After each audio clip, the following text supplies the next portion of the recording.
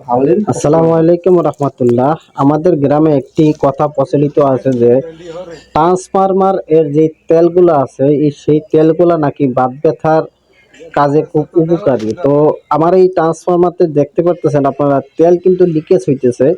তো ওই যে ট্রান্সফরমার গায়ে বেয়ে কিন্তু তেলগুলা পড়তেছে, তাই বিদায় আমি কিন্তু এই নিচে একটি পলিথিন দিয়ে রাখা হয়েছে, যাতে করে উপরেতে যে তেলগুলা পড়বে সেই তেলগুলা আইসা পলিথিনে জমা হয়।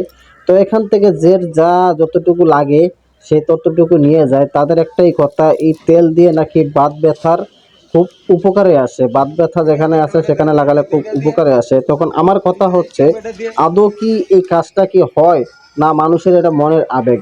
আরেকটি কথা, যে পরিমাণে এই ট্রান্সফরমার থেকে তেল পড়তেছে নিচে, তো এই তেল পড়ায় কি কোনো ট্রান্সফরমারের কোনো সমস্যা হবে কিনা আপনারা জানাবেন, আপনাদের মূল্যবান মতামত দিয়ে যাবেন। সবাই ভালো থাকবেন। আসসালামু আলাইকুম।